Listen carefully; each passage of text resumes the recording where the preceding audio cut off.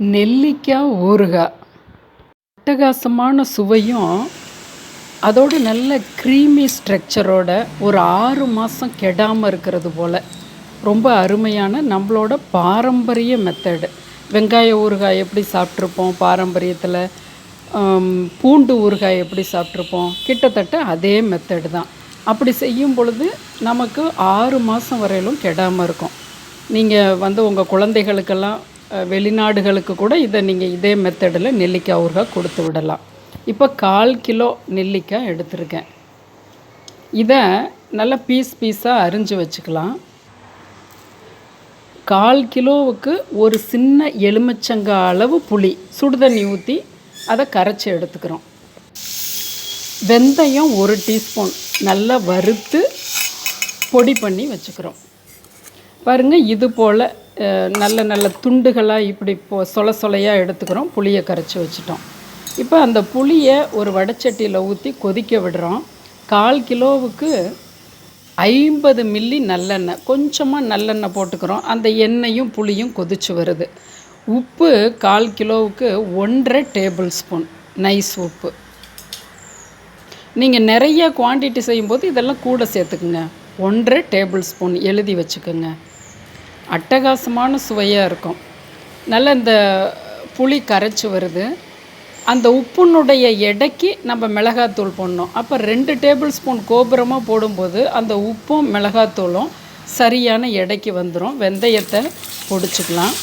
பாருங்கள், இந்த அளவுக்கு கொஞ்சம் பச்சை வாடை போய் கெட்டி பதம் வந்தோடனே எடுத்து வச்சிடலாம். இப்போ இன்னொரு வடைச்சட்டியில் கொஞ்சமாக எண்ணெய் போடுறோம். நல்லா கடுகு உளுந்து தாராளமாக போடுறோம். அந்த கடுகு ப்ரிசர்வேட்டிவாக நமக்கு ஊறுகாயை பாதுகாக்கும். இப்போ அரிஞ்சு வச்ச துளைகளை போட்டு வதக்குறோம். இதனால தான் 6 மாதம் கெடாமல் இருக்கும்னு சொன்னேன். வேக வச்சோன்னா ஆவி காட்டி எடுத்தோம்னா சீக்கிரமாக ஃபங்கஸ் வந்துடும். இப்போ கொஞ்சமாக உப்பு போடும்போது உள்ளே இருக்க நீரை அந்த உப்பு வெளியே எடுக்கும். மூடி வைக்கிறோம், பெரட்டி கொடுக்குறோம். ஒரு 10% ஃப்ளேமில் வைக்கிறோம். அப்பப்போ பெரட்டி கொடுக்கறது, மூடி வைக்கிறது, அதே போலயே எடுக்கும்போது அதனுடைய ஸ்ட்ரக்சர் இப்படி இருக்கணும். நல்லா பழுப்பு நிறமாக வந்திருக்கும். அதே மாதிரி கீழே ட்ரையாகவும் இருக்கும் வடைச்சட்டியில். இதுதான் பதம். இப்போ கிட்டத்தட்ட உங்களுக்கு ஒரு 80% சுருங்கி இருக்கும் நெல்லிக்காய். இப்போ எடுத்து வச்சுருக்க அத்தனை நல்லெண்ணெயும் ஊற்றிடுறோம். அது கொஞ்சம் குப்புன்னு அப்படியே நுரையும் அதுவுமா வரும்.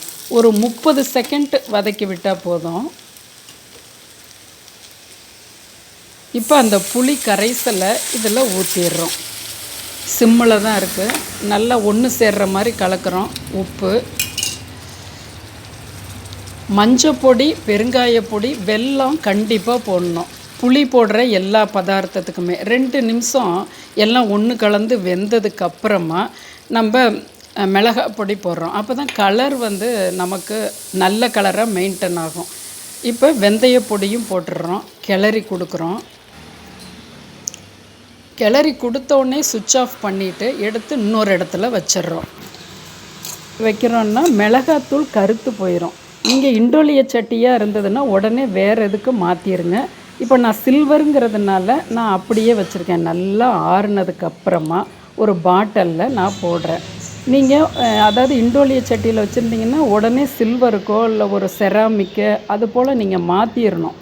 ஆறுனதுக்கப்புறம் எதில் ஸ்டோர் பண்ணுறீங்களோ அப்படி நீங்கள் பண்ணி வச்சுக்கலாம். ஒவ்வொரு வீட்லேயுமே இந்த பெரிய நெல்லிக்காய் ஊறுகாய் இருக்கிறது மகாலட்சுமியை தக்க வச்சுக்கிறதுக்கு. இது ஒரு பழைய நூலில் இருக்குது. நான் ஒரு ஹோட்டலில் கூட பார்த்தேன். ஒரு 20 வருஷத்துக்கு முன்னாடி அவங்க இந்த ஊறுகாயை பற்றி எழுதியிருந்தாங்க போர்டிலே. அப்போல்லாம் எனக்கு அது ஒரு ஆச்சரியமாக இருந்தது. அதாவது பெரிய நெல்லிக்காய் ஊறுகாய் வீட்டில் இருந்ததுன்னா மகாலட்சுமி வாசம் செய்வாளுங்கிறது அப்போல்லாம் நான் சிரிச்சுட்டு அதை கடந்து வந்துட்டேன். நம்பிக்கை கூட இல்லை. அவளோட ஆன்மீக விஷயங்களை தேடி பார்க்கும்போது இதெல்லாம் எவ்வளவு உண்மையாக இருக்குங்கிறத தெரிஞ்சுக்கிட்டோம். இப்போ இது போல் சமன்படுத்தி வச்சுட்டு ஒரு 2 நாள் வெளியவே வைங்க. எண்ணெய் ஒரு 2 நாளில் மேலே அப்படியே மிதந்து நிற்கும். அப்போ ஒரு கிளறி நீங்கள் ஃப்ரிட்ஜுள்ள ஸ்டோர் பண்ணிக்கலாம். கொஞ்சமாக எடுத்து வெளியே வச்சுக்கலாம். 6 மாதம் வரையிலும் நல்லாயிருக்கும். 80% குக்காக இருக்கிற இந்த நெல்லிக்காய் 4 நாள் கழித்து அந்த மேலே எண்ணெய் நிற்கும்போது பார்த்திங்கன்னா 100% நல்ல சாஃப்டாக இருக்கும். சாப்பிட்றதுக்கு ஏதுவான பதத்தில் இருக்கும். அப்போ எடுத்து நீங்கள் வெளியே கொஞ்சம் ஃப்ரிட்ஜுள்ள கொஞ்சம் ஸ்டோர் பண்ணிக்கலாம். பழைய பாரம்பரிய மெத்தட் இது. நீங்கள் ஒரு முறை செய்து பாருங்கள், நல்லாயிருக்கும். நம்ம சேனலில் போட்டுட்ருக்க பதிவுகள்லாம் உங்களுக்கு பிடிச்சிருக்கும் பட்சத்தில் உங்கள் உற்றவங்களுக்கும் ஷேர் பண்ணுங்கள்.